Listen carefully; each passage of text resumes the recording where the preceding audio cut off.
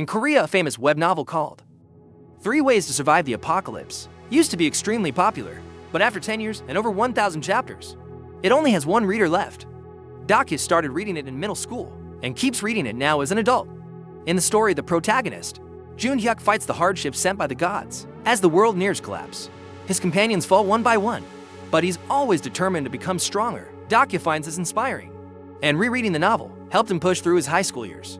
While he was harassed by mean classmates, after finishing school, Dakya went to a mediocre college, worked some mediocre jobs, and joined a big company on a temporary contract.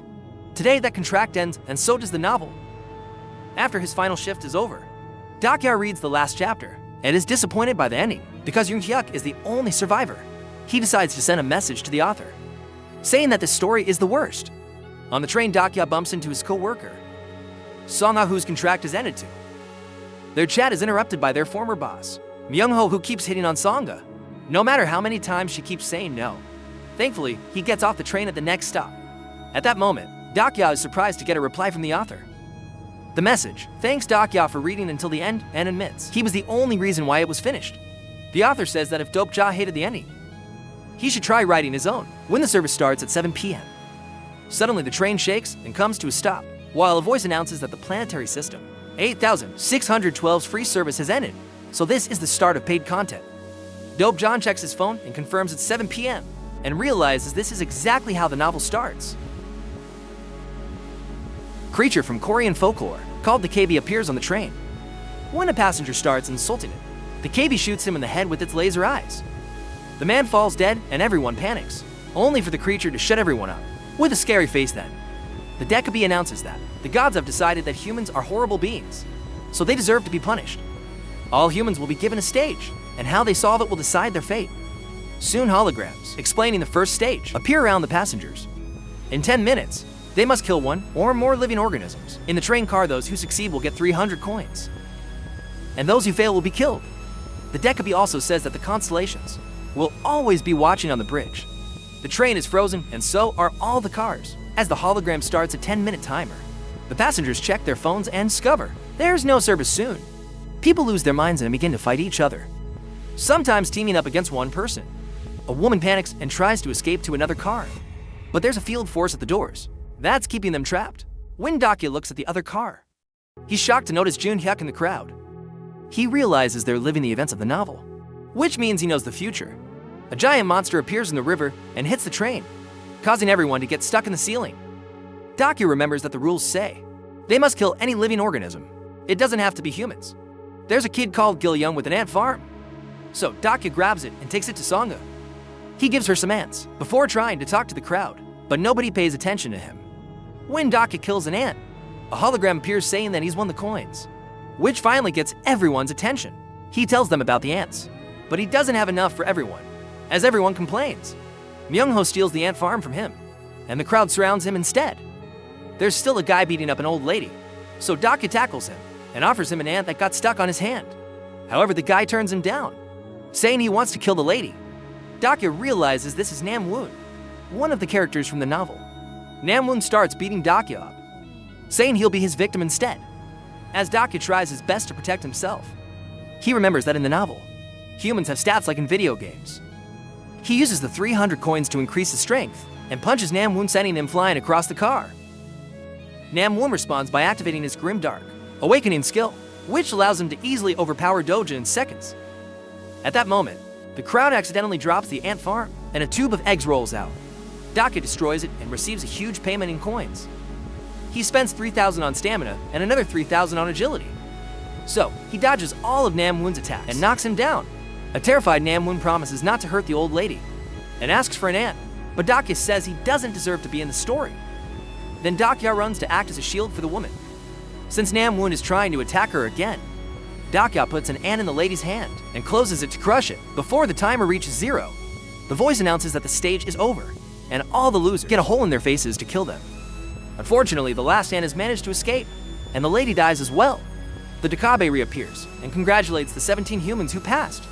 Now it's time for them to get gifts from the constellations for their performance. Duke Joe remembers that the constellations are powerful beings that watch the stages from space and enjoy laughing at human struggles.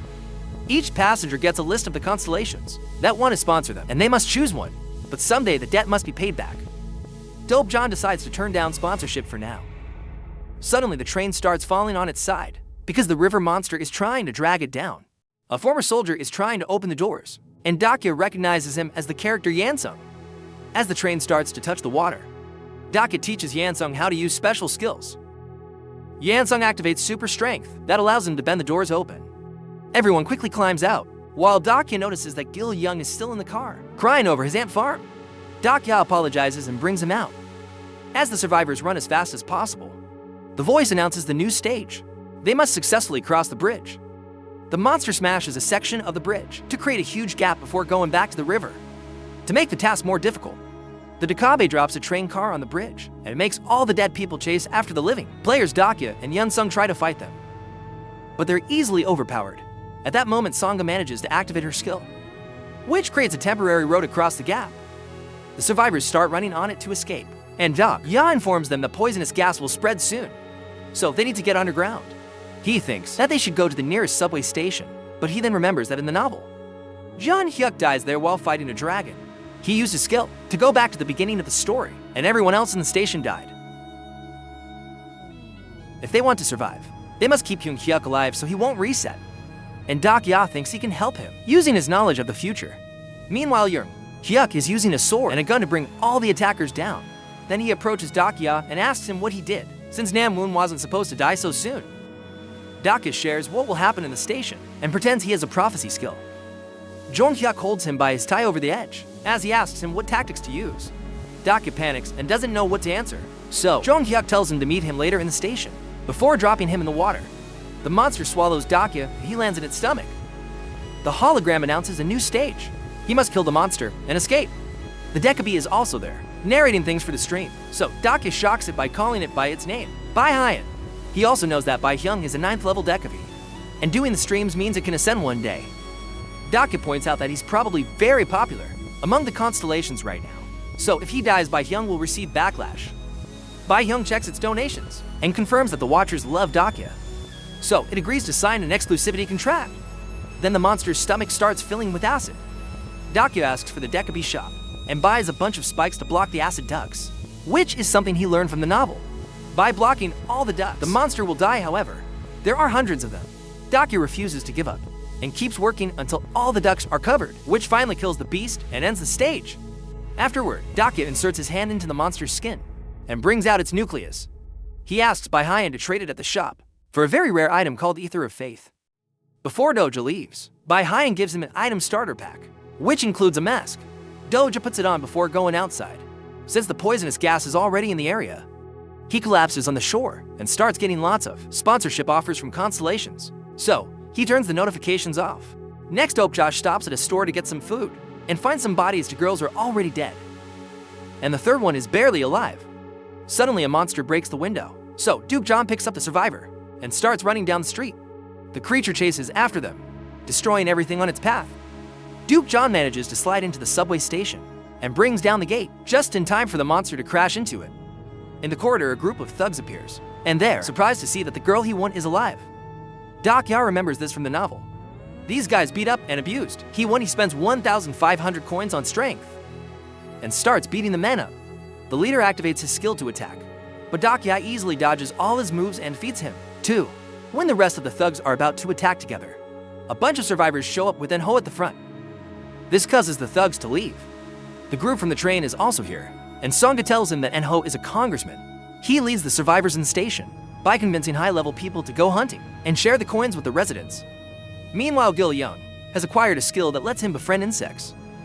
Dakya asks about Yoon Hyuk, but he isn't there, which makes him wonder if his decisions have changed the story from the novel at that moment. Some men remind the residents that in 3 hours, they must pay the survival fee. The high-level players charge that to keep everyone protected until the monster in the tunnels is defeated. Some people are desperate enough to go hunting for the money, but others die on the spot. A crowd surrounds Dokya and asks him to share his coins since they know he has a lot. When he asks who said that, En-ho admits he assumed Dakya was rich because he saw him use great abilities to fight him. Ho apologizes for being rude and asks Dakya to help the desperate residents, but this makes Dakya remember that he's a bad guy from the novel, so he refuses to give him anything It turns out, Enho sold himself to the constellations and gave up his humanity, so he's become a monster. The crowd goes crazy, so Dakya agrees to help by finishing the stage. Instead of giving them the money, Dakya puts together a weapon with random scraps, and his team goes down the tunnel. Hee-won shares how the thugs killed people to take their coins. Then they brought them to the station, pretending they got them from hunting monsters. Dope-ja knows she was supposed to die in the store. The tunnel is very dark, so Gil-young summons tons of fireflies to light the place up. Soon a horde of monsters appears, and a vicious battle begins. Most of the team uses weapons, and quickly kills the creatures as they come. Songa realizes that her skill is shooting web, so she uses that to attack. Unfortunately, the last standing monster captures her, and takes her away. The group chases after them and finds Songa tied up at the end of the tunnel. A hologram welcomes them to the ground rat's shrine, and tells them to eliminate the Warden of the Dark. A bigger monster appears and Dakya moves first, dodging the creature's tentacles before hitting it with his weapon. However, a force field blocks him and sends him flying. Yin-sung moves next, and his blows do land on the beats, causing it to jump on the ceiling. Then it activates illusory prism, which captures the body and ravages the mind. If someone gets caught in it, they'll relive their most horrific memories and die. The skill manages to trap Hee-won, who watches the memory of her and her friends getting caught by Enho with his thugs. Luckily, Dakya manages to free her from it. Then he runs to get Gil-young before he gets captured. Too unfortunately, Yun-seong is caught and starts seeing the worst memories from his days in the army. Dakya tries to save him too, but his attack is blocked, although it drops some little rocks. Suddenly, the monster roars to summon his minions. Dakya calls Bai-hyun to open the shop and tries to buy White Star, pure energy, but he's 1,000 coins short. Meanwhile, Hee-won keeps fighting the monsters, and with a big jump, she manages to land on the back of the bus. Dakya follows her example and starts killing creatures until he earns the money he needs.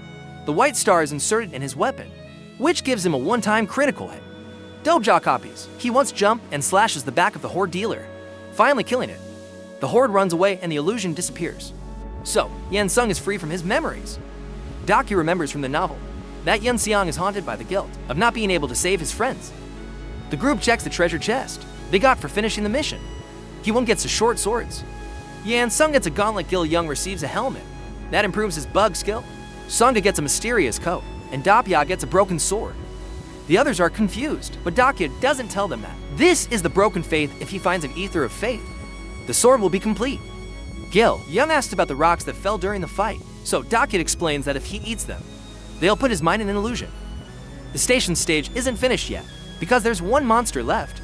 The group rushes back, and Hee-won quickly jumps on the gang's leader to finally kill him. As revenge, Enho sends out the rest of his men. So, Hee-won gets a new skill from a constellation, which allows her to slice through all the thugs in just a few seconds to defeat them all in. Ho has no choice but to fight and punches a column to show off his strength. His arm becomes monstrous before he attacks Hee-won with his mighty power, but she still keeps up with him and pushes him to the rails. When she's about to kill him, the residents stop her. They explain that they don't clear the stage because they're afraid the next one will be harder, so it's easier to pay the daily fee. They'd hoped that Dope-ja's group would get killed by the monster so they could collect their coins. The voice announces it's time to pay soon. So, when Ho uses the distraction to push, Hee-won off and runaway Songa shoots her web, and Hee-won swing across the tunnel to catch up. However, when she's about to touch him, a force field throws her back in. Ho mocks them for losing, but suddenly he's shot in the head by a sniper. Ending the stage, the sniper introduced herself as Ga. Before getting all of Ho's coins, the team tries to leave, but the barrier still blocks them. So Ga explains they only finished the stage from the previous section, and during the chase they crossed into a new one. To leave, they have to finish the new stage. Ga leaves, and Dakya realizes she's another character. She's the only survivor from her class, and Jong Hyuk's apprentice. In the station, the voice announces that this area has 100 for survivors, and they have 10 minutes to reach green zones before the monsters get them. There are only 50 to green zones, and they're tiny. And so people start fighting for a spot. A gang led by Pildu has closed up a VIP area, and they charge coins for the spots. Pildu has used those coins to buy a security system that shoots at people who try to sneak into the VIP area without paying. Dakya tells the team to split and look for green zones. Gari appears with a message from Jong Hyuk for him. He agrees to fight together, but Dakya will have to leave his group and survive alone for the night. Dakya remembers how a friend in high school slapped him, so the harassers wouldn't bother him, saying that at least one person should survive. Using his knowledge, Dakya goes to a specific spot that hasn't turned on yet. Bai Hyung appears to announce that some green zones will vanish, and new ones will appear to add more tension. The spot under Dope John turns green, and he tells his team to fight others for survival. However, he chooses to fight the monsters instead. The 10 minutes run out, and the beasts appear in the station to kill every person who isn't on a green spot. The others decide to help. Hee-won, and after some hesitation, Dakya follows them as well. He thinks that green zones will appear in the most dangerous places to make the show more entertaining. So the group splits to go to the monster portals. The beasts keep killing people on the main platform, but Dakya's team manages to hold their own with their skills. To Dakya's surprise, Jun Hyuk is waiting by one of the portals, just watching him fight the monsters while protecting Gil Young. The green zone here is for two people, and Jong Hyuk is taking one spot. He says he'll only fight the monster with Dakya if he abandons the kid on the other portal. The others find a 3-person green zone, so they save themselves from the horde. Dakya refuses to abandon Gil Young and leaves him in the green zone with Jong Hyuk before running away. He keeps all the monsters' attention on him, and when they tackle him, he eats a glowing rock. His body is taken to the illusion prison, saving him from the beast attacks. Sadly, this also makes him watch the time. He fought his best friend to satisfy his harassers. Dakya won the fight that day, and later learned the other boy self-deleted. So, he's been feeling guilty since then. He hated the ending of the novel because Jun Hyuk sacrificed people to save himself. Dakya wants an ending where the hero can survive with his loved ones. Suddenly, Jong Hyuk uses a skill to enter the illusion and says Dakya should have fought his harassers instead of his friend. Jong Hyuk admits he used to think like Dakya, but after dozens of battles, he learned that humans are trash. In the morning, Dakya wakes up and discovers his team brought him to a private room while he was unconscious. They fought the monsters to protect him, and Yun Seong got wounded in the process. Dakya realizes that today is the day that Yun Seong fights the dragon, so he'll have to die instead to save him. The voice announces that today there are 57 survivors. Bai Hyun informs them that the constellations are angry because some people helped each other instead of fighting, so as punishment, they'll only get one green zone. Whoever is standing on it when the timer ends will win. The green zone appears under Pildu, who doesn't look bothered. Dakya tells GA that he has a plan and asks for her help, but she refuses. To make her feel bad, he mentions how she killed her classmates. To win the first stage, GA cries but leaves anyway. Then Dakya calls Bai Hyung, who confirms the constellations love him and are donating tons of money. Dakya asks Bai Hyung to transform all the money into coins and approaches Pildu, offering to hire him with all his coins. Pildu takes the deal and passes the glowing square to Dopejaw, who starts smashing it with a sword. The crowd tries to stop him, but Ga finally understands and shoots the green zone to destroy it. The light goes out, and Dopejaw points out that if everyone had fought together since the beginning, nobody would have died. He transfers the money to Pildu to finish their deal, asking him to protect everyone.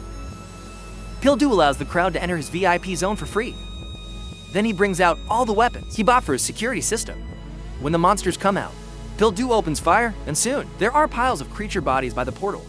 Some creatures manage to escape the bullets, only to be brought down by Dakya's Sangha. And he won at that moment. The ground opens and a dragon appears, breathing fire on people to kill them. With a combination of gun and sword, Jun Hyuk easily fights the dragon and strikes him several times.